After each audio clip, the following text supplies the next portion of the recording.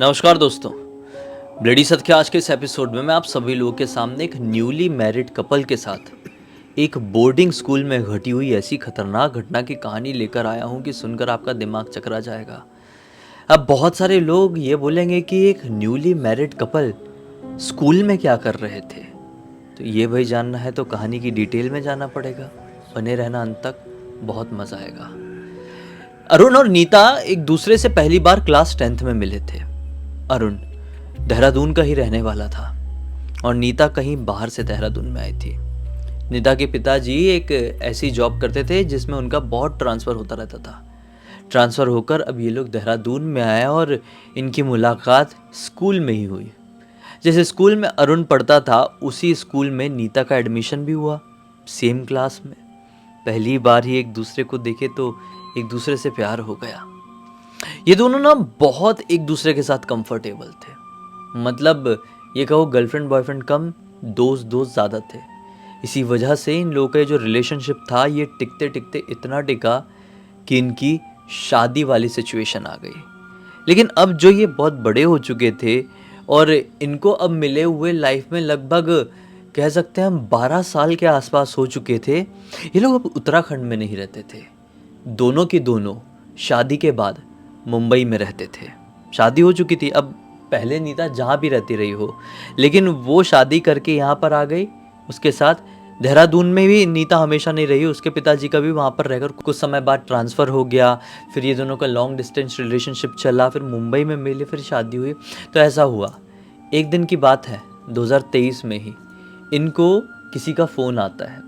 दोनों को यहाँ थोड़े थोड़े अंतराल में फ़ोन उठाते हैं तो क्या पता चलता है कि ये कॉल कहीं और से नहीं, उनके देहरादून वाले स्कूल से है।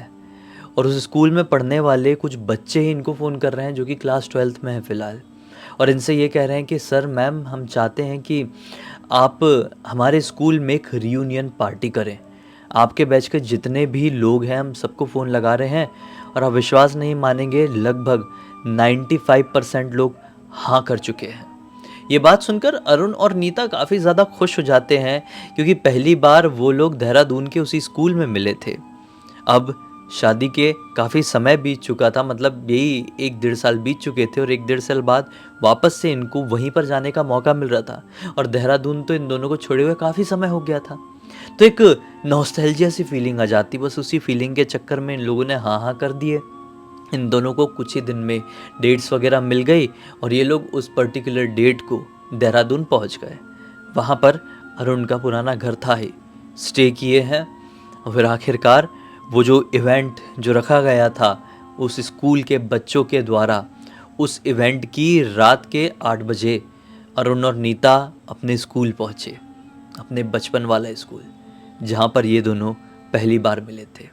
वो स्कूल जहाँ पर बचपन से, नर्सरी से अरुण ने पढ़ा था और इतना बड़ा हुआ था।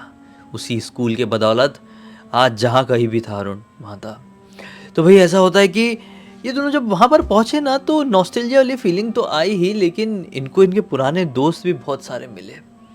बहुत खुश हुए ये लोग। यानी आज का माहौल, जो आज का दिन था वो इनकी ज़िंदगी का वन ऑफ द बेस्टेस्ट दिन था। बहुत सेलिब्रेट किए, डांस नाच गाना हर प्रकार की चीज़ें चल रही है। डांस करते करते नीता अचानक से थक गई, बहुत थकान सी महसूस करने लगी। और अरुण तो अपने बचपन के दोस्तों के साथ ऐसा मशगूल हो गया है जैसे कि अभी 26-27 साल का लड़का नहीं बल्कि वही 10th क्लास में पढ़ने वाला अरुण होगा। खैर नीता बहुत खुश थी अरुण को खुश देखकर, क्योंकि अरुण इतने दिन मुंबई में था, सिर्फ काम में भागा दौड़ी करते रहता था, खुद के लिए समय नहीं निकाल पा रहा था। आज काफ़ी समय बाद अरुण खुद इतना एंजॉय कर रहा था। खैर नीता बैठी और ऐसी ऐसी चीज़ें सोचने लगी।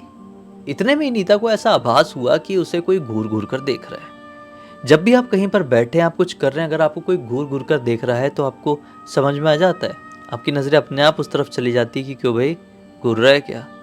वैसे ही नीता की नज़रें गई भीड़ को चीरती हुई एक दूर वाली चेयर में एक छोटा सा लड़का बैठा हुआ था। उम्र इसकी कम ही थी, 18 साल का तो नहीं था। इस स्कूल में पढ़ने वाला था कि कौन था पता नहीं, क्योंकि देखो ये जो इवेंट था ये इस स्कूल के क्लास 12th के बच्चों ने ऑर्गेनाइज कराए थे, ये रियूनियन वाला। और ये जो बच्चा अभी इसको दिखाई दे रहा है नीता को सामने वाली कुर्सी में बैठा हुआ, ये 12th का बच्चा नहीं लग रहा है, और भी छोटा लग रहा है, काफ़ी छोटा लग रहा है। यही कुछ 8th-9th में जैसे बच्चे पढ़ते हो वैसा दिख रहा है, और बड़ी वियर्ड तरीके से नीता को घूरे जा रहा है, बहुत वियर्ड तरीके से, कुछ ऐसी नज़रों से देख रहा है कि मैं आपको क्या बताऊं। बड़े बड़े लड़के भी लड़कियों को वैसी नज़रों से नहीं देखते होंगे। आंखों के नीचे काले गड्ढे पड़े हुए हैं और बाल उसके पूरी सिल्की हैं, और चेहरा बिल्कुल पेल वाइट की तरह, जैसे कि मानो ना जाने कितने दिनों से खाना नहीं खाया है। खाना नहीं खाया है तो चेहरे की रंगत पूरी तरीके से उड़ गई है। लेकिन फिर भी ये दरिंदगी भरी निगाहों से नीता को देख रहा था और अजीबो गरीब स्माइल कर रहा था। नीता को थोड़ा अनकंफर्टेबल हुआ। वो इधर उधर अपनी नज़रें चुराई और फिर वापस उस तरफ देखी तो क्या पाई, वो लड़का चेयर में नहीं था। पता नहीं क्यों नीता उसको ढूंढने लगी कि कहाँ चले गया, कहाँ चले गया।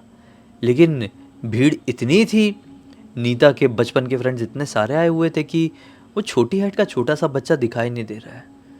खैर, अचानक से नीता को ऐसी आवाज़ सुनाई दी। नीता तुरंत पलट कर देखी। उस फ्रैक्शन ऑफ सेकंड में म्यूज़िक भी बंद हुई थी और उसी फ्रैक्शन ऑफ सेकंड में ये सुनाई दिया। नीता तुरंत पलट कर देखी, पीछे पलटी तो जहाँ नीता बैठी हुई है वहाँ पे एक दरवाज़ा है।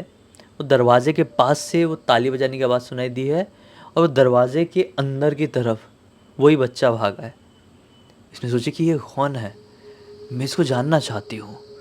क्यों इसे देखकर ऐसा लग रहा है कि मैं इसे कभी तो कहीं तो देखी हूँ, लेकिन कहाँ बिल्कुल समझ में नहीं आ रहा है। मैं उसी से पूछती हूँ कि ऐसा मुझे क्यों घूर रहा था, ऐसी क्यों स्माइल कर रहा था। तू बहुत छोटा है, तेरी निगाहें कुछ ठीक नहीं लग रही थी, मैं उसको जाके समझाती हूँ। इसी सोच के साथ वो उठी और जिस दरवाजे के अंदर, जिस कमरे के अंदर वो घुसा था, नीता भी वहाँ घुस गई। जैसे उस कमरे के अंदर आई तो और भी उसको बहुत कुछ याद आने लगा।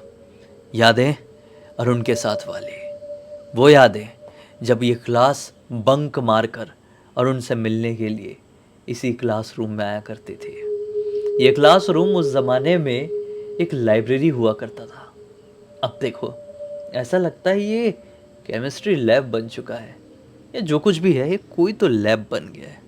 खैर, ये उस लड़के को वापस से ढूंढने लगते अपनी चीज़ें याद करके कि अचानक से इसको ढम से आवाज़ सुनाई दी। ये पलट कर देखती है कि इस रूम का दरवाज़ा बंद हो गया है और अंदर घना अंधेरा, लाइट्स, शोर शराबा सब बाहर हॉल तरफ हो रहा है, ऑडिटोरियम में हो रहा है। ये वाले कमरे में पूरा अंधेरा है और कुछ इसको दिखाई नहीं दे रहा है। हल्की हल्की रोशनी बाहर की तरफ से अंदर आ रही है, जो कुछ खिड़कियां लगी हुई है उन खिड़कियों की दरारों को चीरते हुए। लेकिन फिर भी ये रोशनी थोड़ी अनकंफर्टेबल कर देने वाली रोशनी थी, कुछ डरावनी सी रोशनी। इसको इस क्लासरूम में फैली हुई स्मेल भी परेशान करने लगती है। क्लासरूम क्यों बोल रहा हूँ मैं, इसको लेबोरेटरी कहते हैं। इस लैब में फैली हुई स्मेल भी इसको परेशान करने लगी। ये गई दरवाजे के पास और दरवाज़ा पीटने लगी, कोई खोलो कोई खोलो। लेकिन जो बाहर ऑडिटोरियम में है वो कहाँ से आवाज़ सुन ले। सब नाच गाने में मशगूल हैं, अरुण का भी उतना ध्यान नहीं होगा। अचानक से इसको इसी कमरे से किसी के रोने की आवाज़ सुनाई दी। ये तुरंत पलट कर देखी।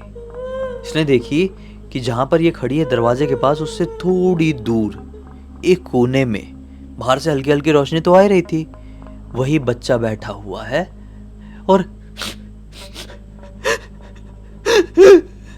ऐसा कर करके रो रहा है।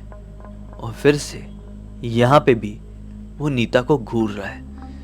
नीता ने सोची कि इससे मैं बात करती हूँ, ये जो कुछ भी हरकत हो रही है इसी की वजह से हो रही है, ये बदमाशी यही बच्चा कर रहा है। कौन है ये, मैं जानना चाहती हूँ। नीता धमधमाते हुए गुस्से में उसके पास गई।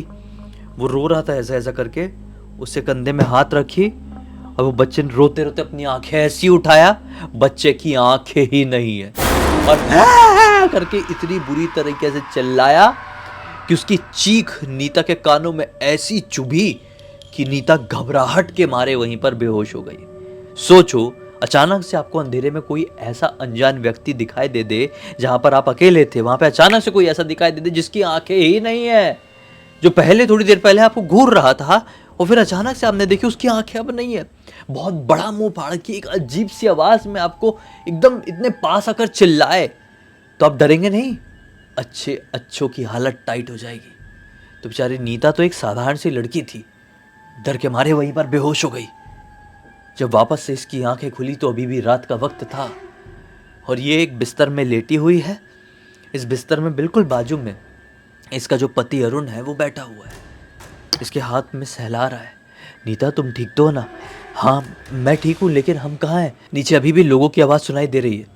अरुण कहता है कि चिंता करने वाली कोई बात नहीं है, शायद तुम थकान की वजह से लेबोरेटरी वाले कमरे में जाकर बेहोश हो गई थी। ये ऊपर वाला ही हॉस्टल वाला कमरा है। ये बोली अच्छा यहाँ पे हॉस्टल कब बना, कुछ पता नहीं। बोले हाँ हम लोग ऊपर ही हैं और नीचे अभी भी लोग हैं, गाना वाना बंद हो चुका है, लेकिन देखो तुम ठीक तो हो कि नहीं? इतना टेंशन क्यों ले रही हो? क्या हो गया था तुम्हें? नीता बोलती है नहीं नहीं मैं ठीक हूँ, मेरे साथ थोड़ी देर पहले कुछ अजीबोगरीब चीज़ हुई थी। इसने एक एक करके पूरी चीज़ अपने पति को बता डाली कि ऐसा ऐसा हुआ था। पति बोलता है कि ऐसा कैसे हो सकता है यार, ज़रूर कोई काम वाम करने वाला आदमी होगा यहाँ का, उसका कोई लड़का बच्चा रहा होगा, तुम्हें परेशान करने के लिए उसने ऐसी हरकत किया। तुम तो जानती हो ना कई बार बच्चे कैसी कैसी मस्ती करते हैं, दिमाग से तुम निकाल दो, फालतू की चीज़ थी वो। अच्छा रुको मैं वॉशरूम से होकर आया। ये बोलकर वो वॉशरूम जाने के लिए उठा। नीचे सारे लोग मौजूद हैं जहाँ पर पार्टी चल रही है ऑडिटोरियम में। ऊपर वाले फ्लोर में हॉस्टल है।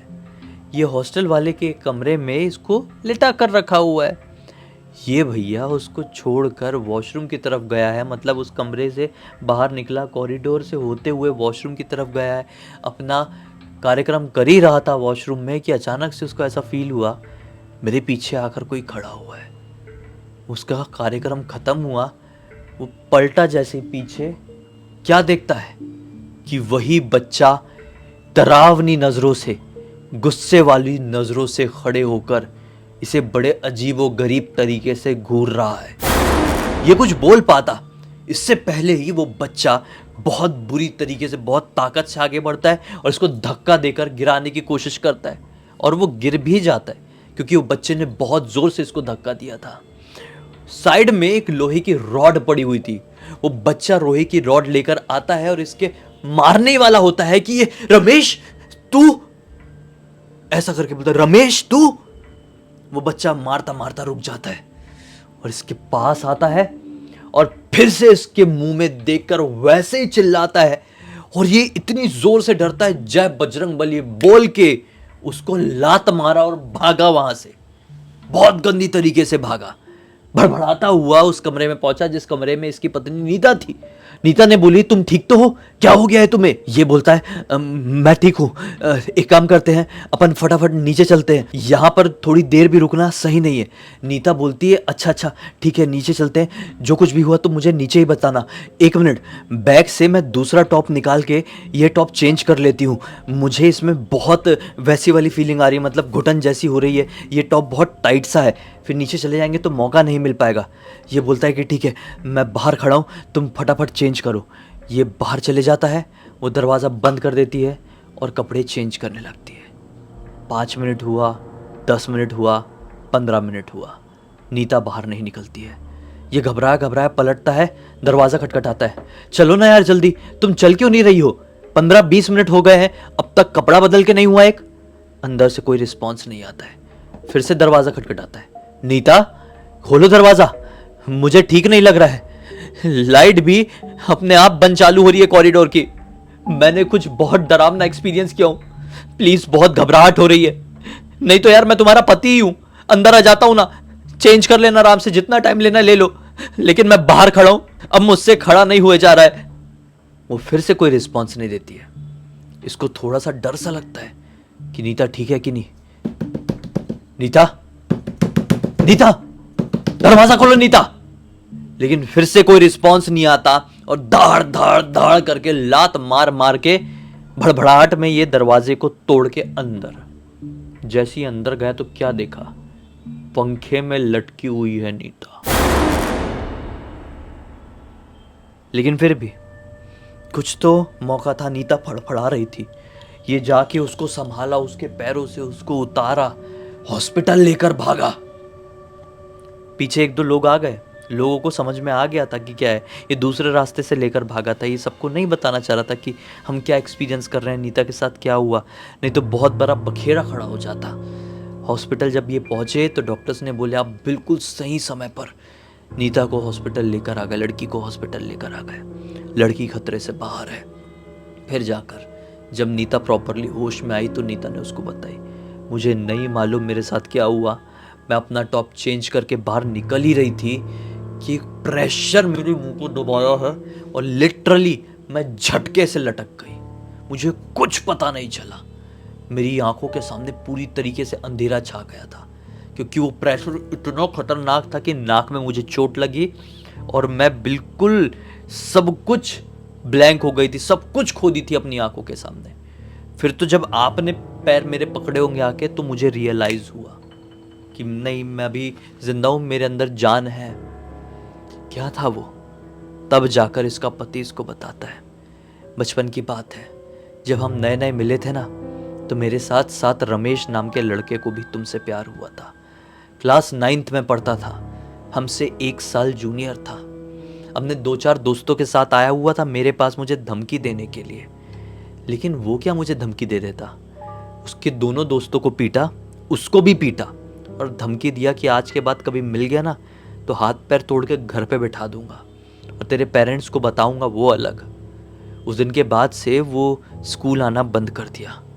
कुछ समय बाद मुझे पता चला कि रमेश ने एक बहुत गलत कदम उठा लिया है, वो इस दुनिया में नहीं रहा। मैं इतना डर गया कि उस घटना के बारे में मैंने कभी किसी से कुछ नहीं बताया, मैं भूल भी गया था। फिर मुझे अचानक से वही बाथरूम में दिखाई दिया। ये बोलती है, मतलब मुझे जो ऑडिटोरियम में डांस करते दौरान दिखाई दिया था वो रमेश ही था, मतलब उसकी आत्मा, और तुम्हारे पास भी उसकी आत्मा आई थी, मतलब उसकी आत्मा आज भी इस स्कूल में भटकती है। ये दोनों सर में हाथ रखकर बैठ गए और तुरंत अपना सब कुछ जुगाड़ किए और निकल गए बैक टू मुंबई। किसी को कुछ नहीं बताया, डायरेक्टली बताए तो ब्लडी सत्य के इंस्टाग्राम पे लिख के बोले कि ये कहानी पूरी दुनिया को पता चलना चाहिए कि कई बार भटकती हुई प्रेत आत्माएं सालों साल तक पीछा नहीं छोड़ती है। आपको ऐसा लगता है कि सब कुछ ठीक, लेकिन जब आप वापस उस जगह में पहुंचते हैं तो वो अपना असली रूप दिखाती है। खैर, इसी एक नोट के साथ अब इस कहानी का अंत करते हैं। अब तक इस वीडियो को देख लिए हैं तो लाइक ज़रूर कर देना, चैनल को सब्सक्राइब करके पहले आके ऑल के ऑप्शन में क्लिक करना, क्योंकि इसी तरह के हैरान कर देने वाले खौफनाक वीडियोस डेली आप लोगों के सामने लेके आते रहते हैं। इंस्टाग्राम के लिंक इस वीडियो के डिस्क्रिप्शन बॉक्स में मिल जाए, क्लिक करके डायरेक्टली वहाँ पर पहुँच जाना। और इसी तरह कोई भी कहानी, टॉपिक या जानकारी आप लोग के पास भी है तो लिख भेजना, हो सकता है मेरा अगला वीडियो कल आपके हिसाब से ही बन रहा हो। तो चलिए कल फिर से मिलते हैं, तब तक के लिए बहुत बहुत धन्यवाद। आपका दिन शुभ हो।